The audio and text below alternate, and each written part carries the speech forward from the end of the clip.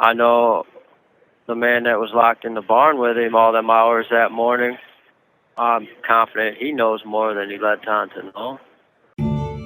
I know in Tony's head, he always thought if he could get a big trophy deer, his dad would love him. Did he photograph the evidence when he found it? No, he didn't photograph it, nothing. I'm then able to create an interview and question him as to, we found these casings in your back garden, can you explain how they got there? To do it all then and there and completely wrong.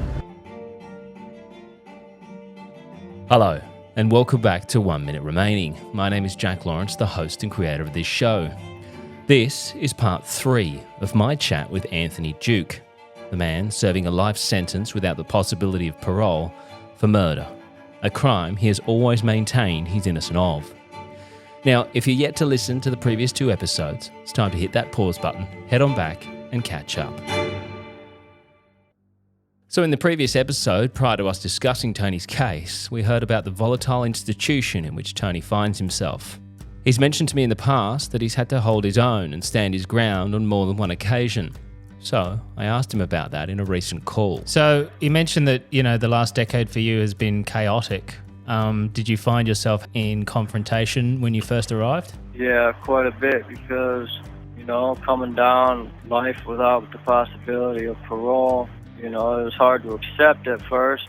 Then the simple fact of, well, you're doing life, so I'm not supposed to be in here. Now I got the rest of my life in here. I didn't really have much care for authority. If I wanted to do something, I did it, I tried to stick to myself and do me, but I had no problem, when I got kicked out of the crowd or got yelled at for doing something, I had no problem letting my voice be known or, and then some people, because they think, they're gang related, that people just cower down because they feel they got numbers backing them, and found myself fighting out of a number of situations where it wasn't fair, but I fought my way out of it multiple times and slowly just grew a callous over my heart, and I accepted that I was doing life, so I was a part of the problem rather than the solution.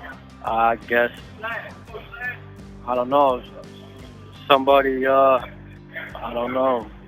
found a way to reach me, let me know that life matters, that I wasn't alone, and I am loved. It didn't fully, get me back on track, but it helped me work on my appeal, remain positive a little bit, but I found ways to stimulate the process and forget about reality. And then, one day I went to church, and I was there, and the message just really stuck with me and touched my heart. It was like God told me that if I didn't get my act together and choose to do His will rather than my own, then He was going to pull away from me and take away His grace and His mercy from me and allow me to do my own will and to see how far I'm going to get doing me on my own without the presence of God around me. Yeah, I think for you, obviously, having faith is fantastic, because I think it just, as you said, it helps you keep focused on where you want to be and not getting involved in, these incidents that take place in where you are, which is obviously a very dangerous and can be very dangerous, very, very violent place. So you've obviously come a long way since you arrived in the prison. Definitely. I got many scars and stories to back that up. Okay, so let's talk about Tony's alibi. Now, it's the first question any suspect or persons of interest is asked by law enforcement when they're trying to eliminate someone from their inquiries. Where were you at the time of this crime? So where was Tony that night? Well, Tony says that he was with his partner at the time, Ashley, and they were together all night. However, when it came time for Tony's eventual trial, his now ex-partner would tell police that Tony went out around 9 p.m. and arrived back at about 10 p.m, which just so happens to be about the time detectives would say the murder took place. Here's Tony on that night. No, we got home about that time. We were at her mom's house for a Christmas function where we had to pick her daughter up from her dad's. We went to her mom's Christmas function with her mom, dropped the baby back off with her dad, I believe, and then we went back. I stopped and got gas. We might have even had the baby for the night. I don't remember. I know the baby got picked up the following night to go to her grandparents' house for an actual Christmas with the whole family. But I know we stopped at a gas station and got some gas in a can, and I see my aunt's boyfriend there who invited us to a New Year's Eve party. And I bought her one of them, I don't know, there's some little fruity cocktail drink that comes in a sealed little container that you freeze and put on ice or something. Yeah. We actually went home and I lit a fire and turned the couch around to face the fire and, I don't know, put two and two together. So Tried to have a romantic evening in front of the fire. So you were with her the whole evening? So, yeah. There is one other person who will back up Tony's story about being at the gas station that night, a fact that police say is not true, or they can't find any evidence for, apart from, of course, this witness, who no one has spoken to. Tony's mother, Jamie, hired herself a private investigator to do some digging of his own. And he sat down with the gentleman who said he saw Tony and his girlfriend that night, and he wrote a sworn affidavit, which reads as follows. I have known Anthony Duke for about 10 years. I called him Tony, and I met him through his cousin. On December 30, 2011, I ran into Tony at a gas station in Fowlerville, Michigan. I was with my girlfriend at the time, Julia, and Tony was with his girlfriend at the time, Ashley. Tony had introduced me to Ashley prior to this encounter at the gas station. Tony, Julia, Ashley and I had a conversation in the parking lot of the gas station. I don't remember the exact time that this happened, but as I recall, it was getting dark outside. I invited Tony and Ashley to come to a party that night in Brighton. I remember seeing Tony at that party later that evening. I was never contacted by Tony Duke's defence attorney or any investigator working for Tony's attorney, and I was never asked about seeing Tony and Ashley at the gas station on December 30, 2011. I was never called to testify at Tony Duke's trial. Had I been called to testify, I would have attested to the information above. Detectives would state they believed the time of death of Ronald Hauser was 9:26 p.m. So how did they come up with this time? Was it a forensic post-mortem of the body that gave them that time? Nothing quite so scientific. Ron's watch had apparently stopped at 9:26 p.m. So detectives would suggest that his watch broke as he fell from being shot. Tony's mum, Jamie, says that she has other information about that watch. They really didn't know when Ron got killed, and nobody ever brought up in court the fact that Ron couldn't read. He could not read. And they based his murder upon a time because the watch stopped. And he had two watches on. And I know because I talked to his cousin sitting right in the courtroom, and he told me Ron got that for Christmas. He's still trying to figure out how to set the damn thing. And they knew that. As we know, Tony says that he was with his girlfriend all night. So why would his now ex-girlfriend testify against him and say that she in fact can't account for his whereabouts from between 9 and 10 p.m. that night? Well, Tony says that he can't be 100% sure, but he has his suspicions that she might have been trying to get herself out of her own trouble. All right, so Ashley, me going away back to prison is probably one of the most devastating things she ever had to go through, especially watching her daughter who took to me, I don't know, she started calling me dad on her own. Like she would literally run around her own father screaming, "Daddy, Daddy, Daddy," and jump in my arms. And it's hard losing somebody. Everybody knows that. Your whole life's changed. Someone's taken from you before your eyes. There's nothing you can do about it. But I don't know. I know she started hanging out with the wrong crowds of people. I know she got high, and I know she ended up in jail. I know she got in a car accident or something. And I know that a guy that she was dating was in jail too for a whole year. Now I can only think that they, gave her a way out, like they tried to give me. Yeah. Was, oh, well, look what you did. You got caught with drugs. You did this, whatever it is you did. Oh, you want out of jail? Well, then cooperate with us and testify against Tony.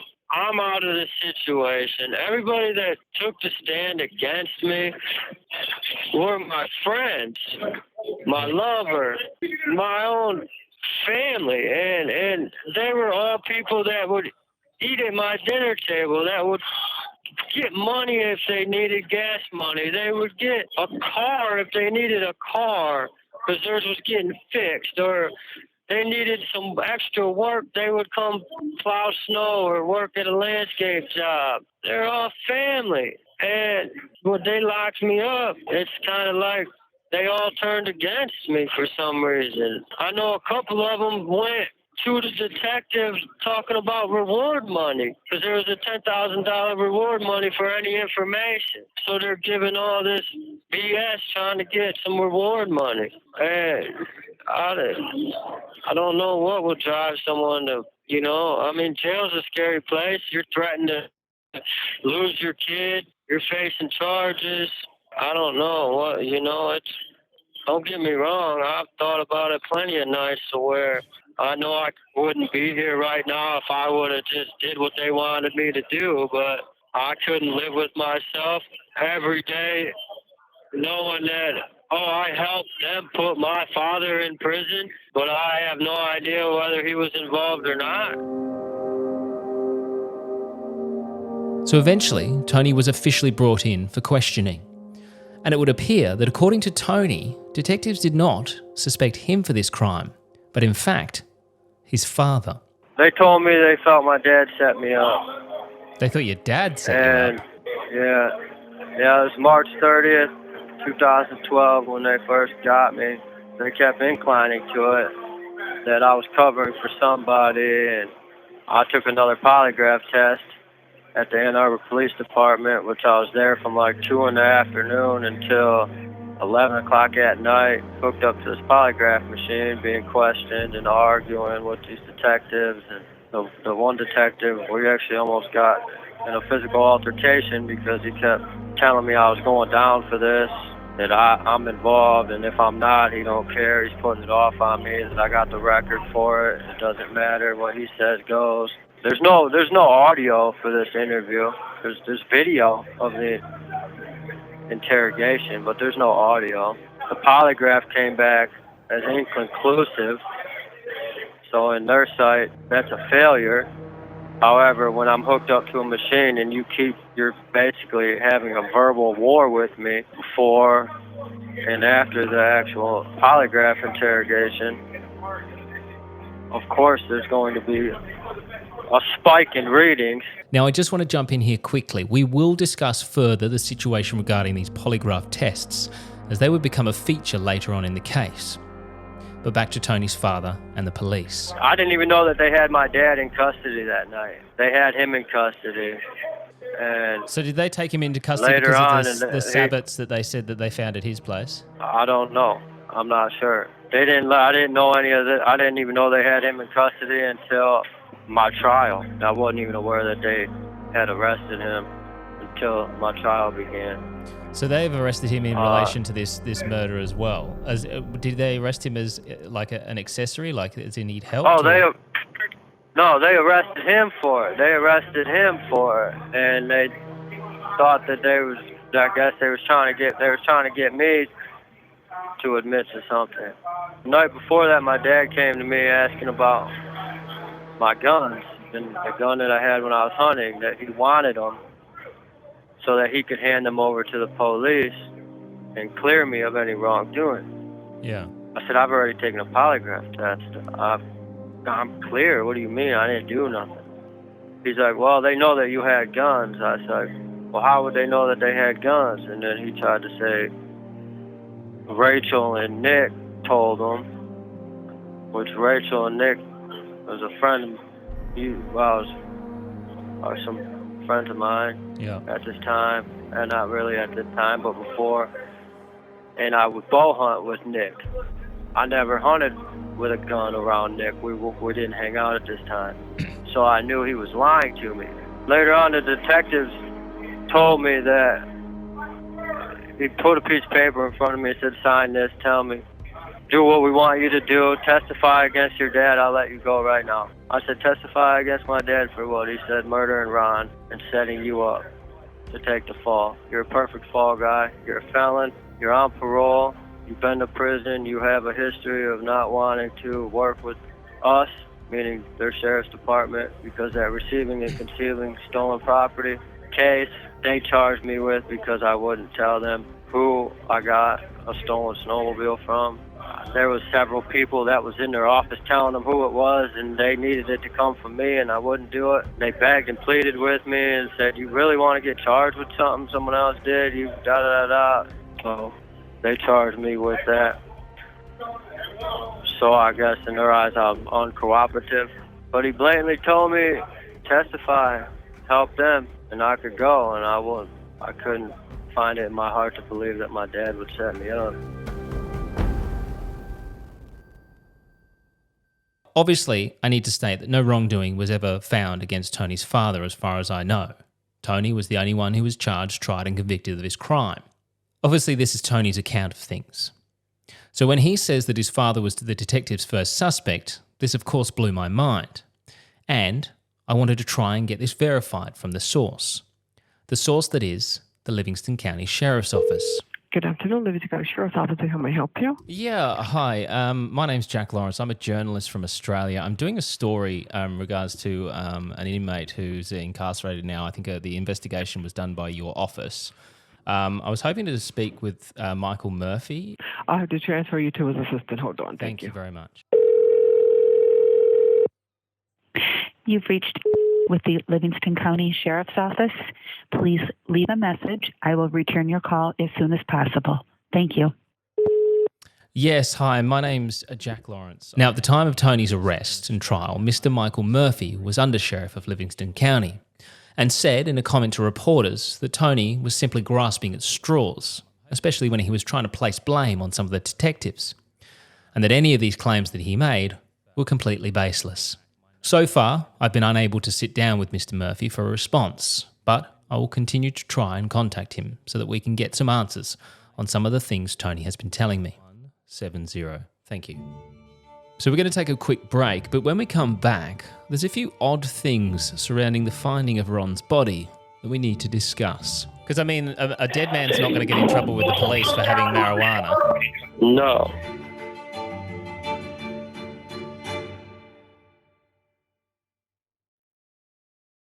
Well, firstly, I've realised that I have failed you miserably. I have not wished you all a very happy new year. So firstly, happy new year. I do hope that 2023 is a brilliant one for you and your family. It's going to be an exciting year for 1 Minute Remaining as we look to not only bring you more fascinating cases, but also we build our OMR community. You can jump into our closed Facebook group right now to hear all about what we have planned for 2023. Just search 1 Minute Remaining podcast right now in Facebook, and I'll see you in there. Did they say why they thought that your father had done it?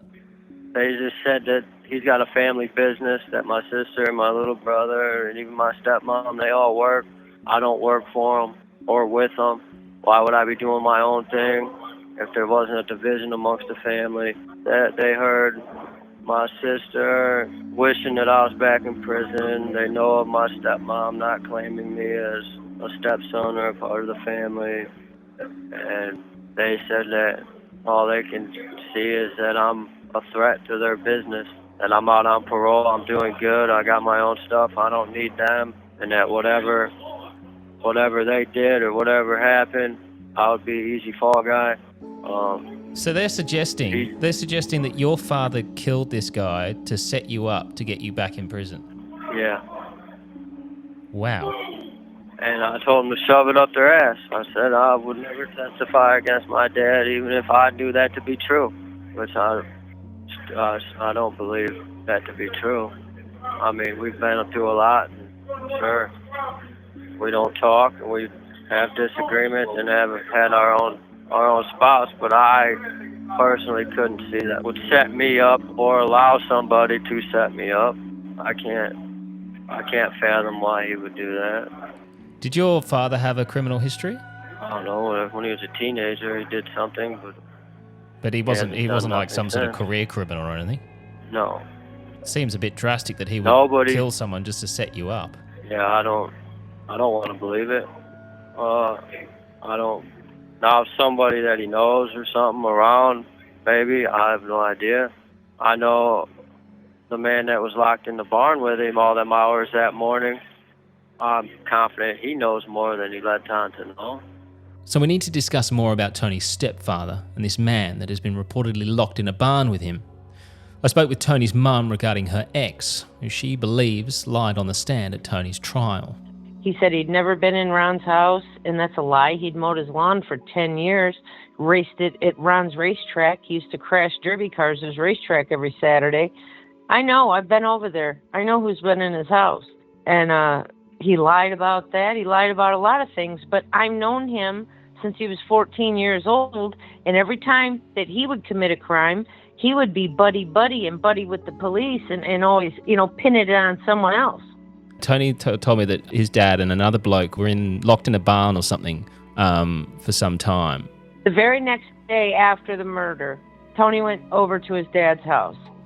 And Bob Gladstone, who, by the way, was living down the street from Ron, the guy who got murdered. Jimmy and Bob Gladstone were locked in the barn for over an hour and a half, and nobody could get in. The morning after the murder. Was that the guy that found Ron? Or there was the one who initially went round to Ron's house? Yes, it's the one that found Ron.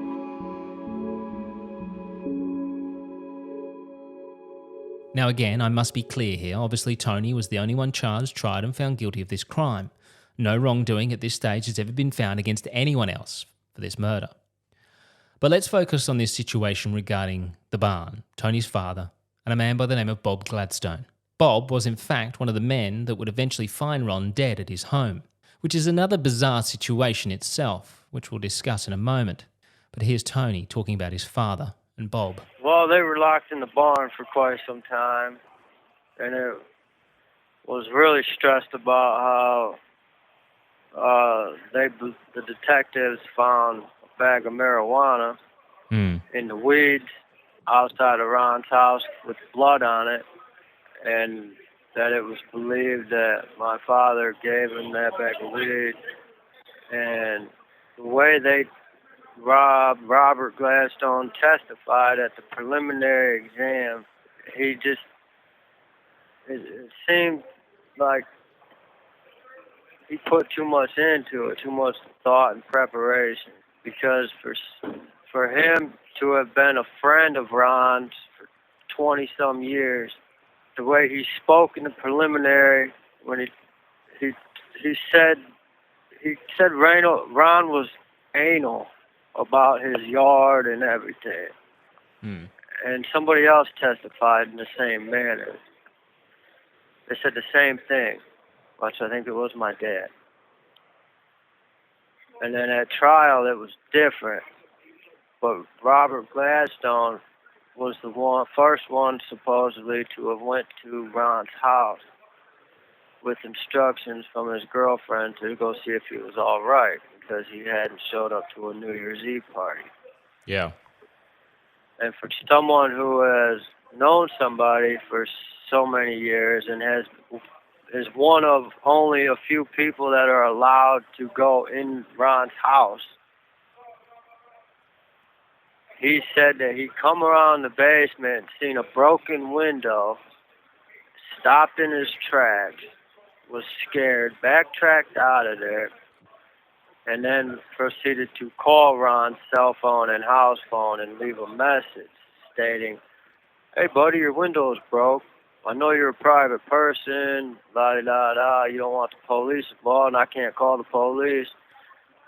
But people are worried about you. You need to call and let us know what's going on."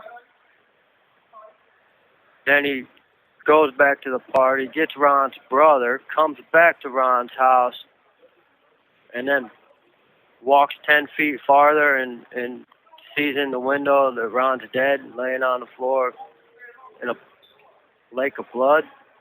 I don't know about you, but if you're friends with somebody for so many years and you're a trusted individual that is allowed in this man's house, which Ron didn't let very many people in his house, ever. You mean to tell me that this is someone you speak highly of and you're friends with, and you see a busted window and got an eerie feeling, you're not going to investigate or go holler in there for him, especially when no one's heard from him for a couple of days and you're sent there to get a visual on him to see if because you come around, it's dark. He says it's dark. He sees a broken window and he leaves. But he was sent there to see what was going on with it. Yeah. All right, and comes back with his brother and walks a little farther than where he stopped and finds Ron deceased in the basement. So I don't believe that he didn't know that Ron wasn't dead laying there on the floor. After that, it seemed like he prospered very well, from a stay-at-home dad to doing work on his own, which I don't want. I know what it's like to have a finger pointed at me. Yeah. So I'm not going to blatantly point a finger at somebody. No, but you got to question these things. Right. These are certain concerns that rise up for questioning for me concerning everything. And then in the same time I was in the county jail fighting this, he was in the county jail for whatever he did to get arrested. His brother is also a career criminal who has impersonated federal agents, had illegal guns with filed down firing pins, and they got a history that far exceeds anything I've ever done. So what Tony's saying is indeed fact. After Ron had not been heard from and was not returning any messages or calls, Bob Gladstone goes around to his place to check on him. Bob says that when he gets there, he sees that the basement window is busted and he gets an eerie feeling. He decides not to go and investigate any further, but leaves the house, tries to call Ron and leaves him a message. He then gets Ron's brother and they return back to Ron's home, where they walk up to the window and see Ron dead on the floor. So let's put ourselves in this scenario.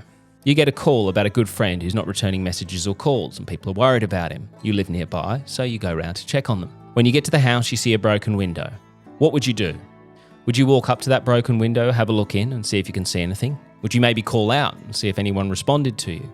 Or leave the property without investigating any further, try and call the person after you've been told they're not returning calls or messages, and then go and get somebody else and return to the property and investigate further? To me, it does sound odd. And it definitely won't be the last odd part about the story from the man who finds Ron. I asked Tony if he could give me a bit more info on the man that found Ron that day, and it seems he also has a bit of a checkered past. He's a criminal. That's all I've ever known of him. So what have he been done for in the past? Other than that, well, he lives in the shadows of his brother, but he's done everything with his brother. His brother's just been caught and taken the rap for more than him, but they did a lot of running guns and drugs and stuff like that around the county and the state, impersonating police, running up in houses like they're the SWAT team, robbing drug dealers, arms dealers. Was he a suspect at any stage? Did they look into him? I think he was the first one they put on the stand, so I have no idea. Yeah, right. He gave his story of how he was there and backed up out of there because he was scared about a broken window. They went and got his brother, and then they came back and walked like 5 to 10 more feet and seen he was lying in the basement covered in blood. So from everything I've learnt about the victim, Mr. Hauser, it would appear that he would often surround himself with people who had a past.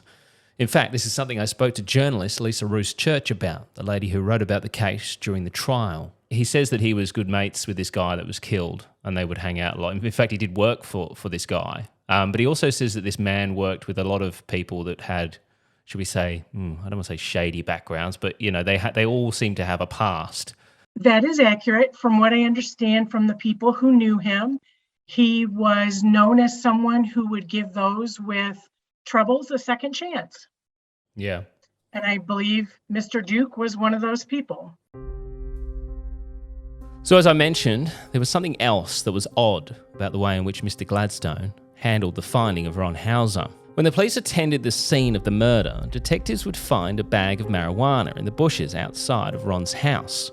Mr. Gladstone would tell police that they in fact got that from the room in which Ron had been shot and decided to toss it into the bushes, as they did not want Ron to, 1, get in trouble for having it, and 2, they apparently didn't want people to think Ron was killed over a drug deal gone wrong.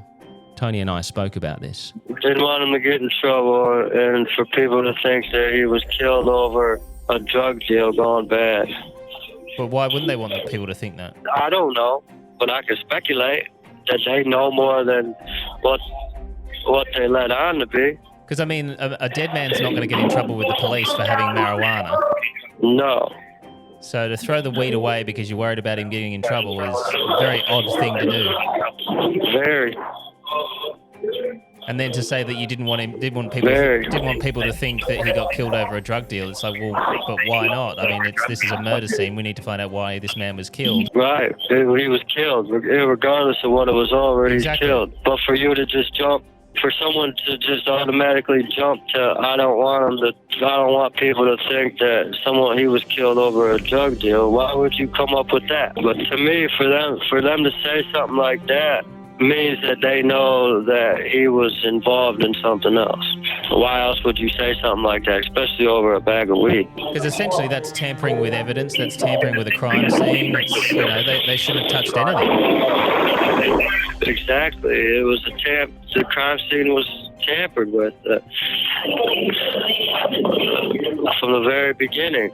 So for them to just pick and choose what they want to make as evidence and what not to use as evidence from an already contaminated crime scene is just bizarre. You have 1 minute remaining. Ah, the woman who's quickly becoming the most hated voice in podcasting. Poor lady, just doing her job. And that job is to wrap me up. Still to come though, we need to talk about the apparent murder weapon, a weapon that was never recovered. It is a gun detectives would suggest Tony stole, but like with everything to do with this case, there seems like there's more to it than that. The only reason she reported it stolen was because they directed her to report it stolen. Do you think the reason she said she couldn't find it was because she did those alterations that would be a felony charge? Most definitely. Next time on 1 Minute Remaining. 1 Minute Remaining is a Mash Pumpkin production. Hosted and produced by Jack Lawrence. Editing and sound design by Jack Lawrence and Dom Evans. This podcast is part of the Acast Creator Network.